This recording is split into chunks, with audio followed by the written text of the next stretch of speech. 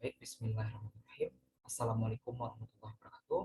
Saya Alfariza Bimana Putra, mahasiswa Prodi Pendidikan Pancasila dan Kewarganegaraan dari kelas Indralaya, Fakultas Keguruan dan Ilmu Pendidikan Universitas Sriwijaya. Pada kesempatan kali ini akan menyampaikan materi mengenai globalisasi mata kuliah politik internasional yang diampu oleh Bapak DNS Alfiandra MSI dan Pak Edwin Nurdiansa SPD MPD.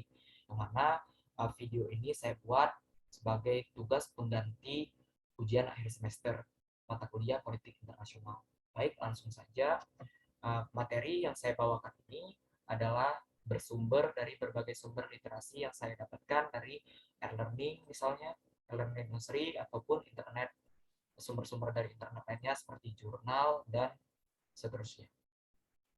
Baik, globalisasi. Apa itu globalisasi? Secara etimologis, globalisasi berasal dari kata globe, artinya bola dunia, ditambah akhiran sasi yang artinya proses. Maka globalisasi adalah sebuah proses yang mendunia. Proses yang bagaimana? Kita kita jelaskan lebih lanjut.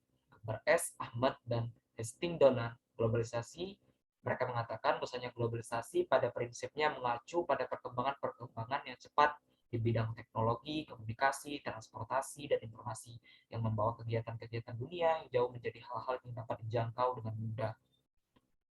Dilansir dari National Geographic, globalisasi adalah suatu istilah yang digunakan untuk menggambarkan bagaimana perdagangan dan teknologi telah membuat dunia menjadi tempat yang lebih terhubung dan saling bergantung. Globalisasi dapat diartikan juga dalam hal budaya, bahwasanya merupakan sebuah gejala tersebarnya nilai-nilai dan budaya tertentu ke seluruh dunia, sehingga menjadi budaya dunia atau world culture. Oke, proses terjadinya globalisasi. Globalisasi tidak terjadi dengan sendirinya, tapi globalisasi ada proses yang membuat globalisasi itu dapat terjadi. Seperti halnya proses globalisasi tersebut dibagi menjadi 4. Yang pertama adalah masa manusia telah mengenal perdagangan lintas negara atau perdagangan internasional. Kedua, proses terjadinya penyebaran agama, yang mana ketika agama disebarkan melalui proses perdagangan, dan ada pula yang hanya menyebarkan agama saja. Dan oleh sebab itu, juga lah globalisasi dapat terjadi. Tahap ketiga adalah tahap perkembangan industri dan teknologi yang membuat segala urusan jadi lebih mudah. Berkat penemuan di bidang teknologi, sarana transportasi yang semakin maju tentunya. Oke, tahap keempat yakni perkembangan pasar bebas. Jual beli tak terbatas negara dan jarak terbukti dengan adanya media sosial atau aplikasi e-commerce dan lain sebagainya yang memudahkan akses untuk melakukan jual beli di zaman yang semakin modern ini. Baik, faktor pendorong terjadinya globalisasi.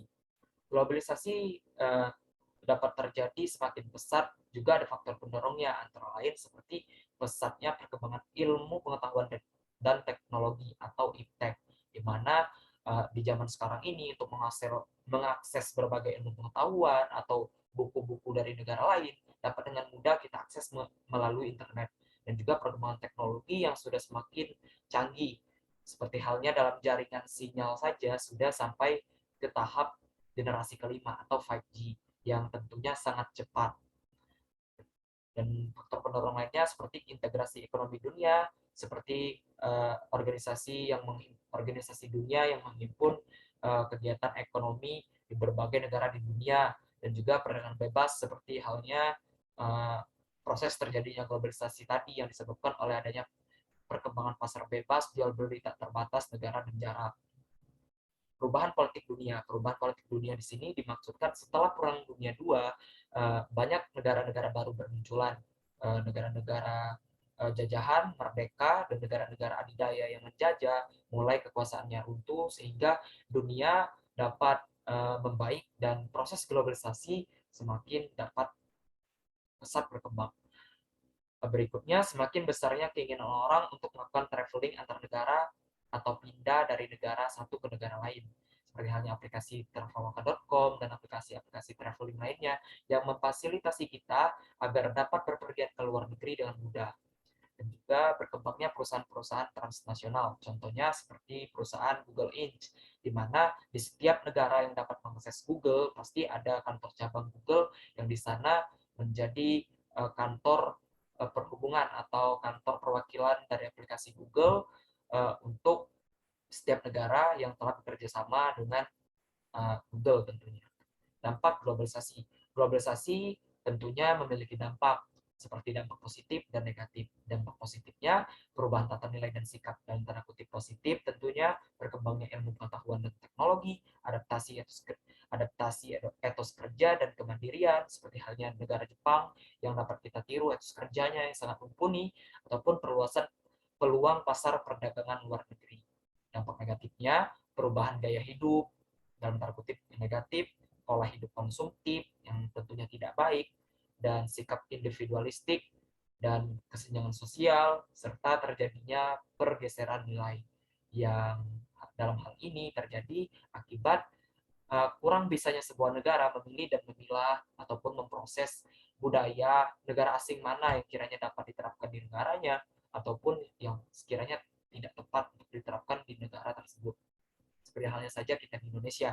Sebagai solusi untuk mengatasi dampak negatif globalisasi ini, kita perlu menumbuhkan sikap cinta tanah air terlebih dahulu, di mana kita harus menjunjung tinggi nilai-nilai, budaya, moral, serta pandangan hidup negara kita, agar kita tidak menjadi seseorang yang abai akan budaya kita sendiri, dan tetap bisa mengikuti tren globalisasi dengan memilih dan memilah yang kiranya tepat untuk diterapkan di negara kita.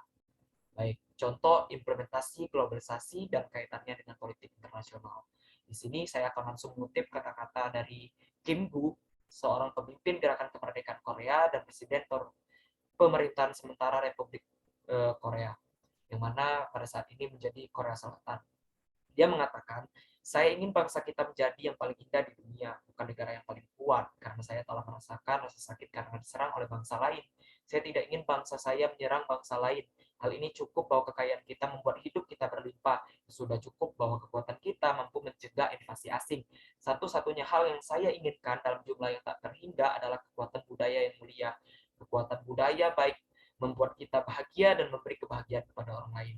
Itulah kata-kata dari Kim Gu, Presiden pemerintahan sementara Republik Korea yang hari ini menjadi Korea Selatan setelah terpecah menjadi Korea Selatan dan Korea Utara. Yang mana terbukti pada abad ini seperti screenshot yang saya sertakan di materi ini, BTS di PBB. Jadi pembicara BTS imbau kaum muda cintai diri sendiri. Hal ini jelas adanya bahwasanya apa yang telah dikatakan oleh Bapak Bangsa Korea Selatan pada saat itu terbukti bahwasanya hari ini Korea Selatan dapat menjadi sebuah negara yang adidaya secara kulturalnya, secara uh, sektor hiburannya dapat merambah ke semua kalangan di dunia, yang mana dapat kita lihat di sekitar kita saja banyak kaum muda yang sangat mengagumi mereka, sampai sampai boyband BTS ini dapat menjadi perwakilan Korea Selatan untuk berbicara di forum yang sangat hebat dan besar, yakni PBB, Perserikatan Bangsa-Bangsa. Contoh lainnya seperti Global Citizen.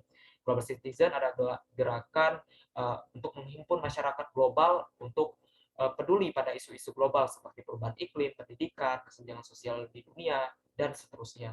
Contoh-contoh lainnya seperti ASEAN di Asia Tenggara, organisasi yang menghimpun negara-negara di Asia Tenggara untuk saling bekerja sama dan terhubung satu sama lain, pertukaran pelajar seperti contoh yang saya sertakan, dan perkembangan teknologi dan sarana transportasi yang dari dulu terlihat jadul sampai saat ini sudah sangat maju, seperti contoh yang saya sertakan. Mungkin itulah yang dapat saya sampaikan pada kesempatan kali ini. Mohon maaf apabila ada kesalahan, baik salah kata dan perbuatan yang disengaja maupun tidak disengaja. Saya akhiri. Wassalamualaikum warahmatullahi wabarakatuh. Terima kasih.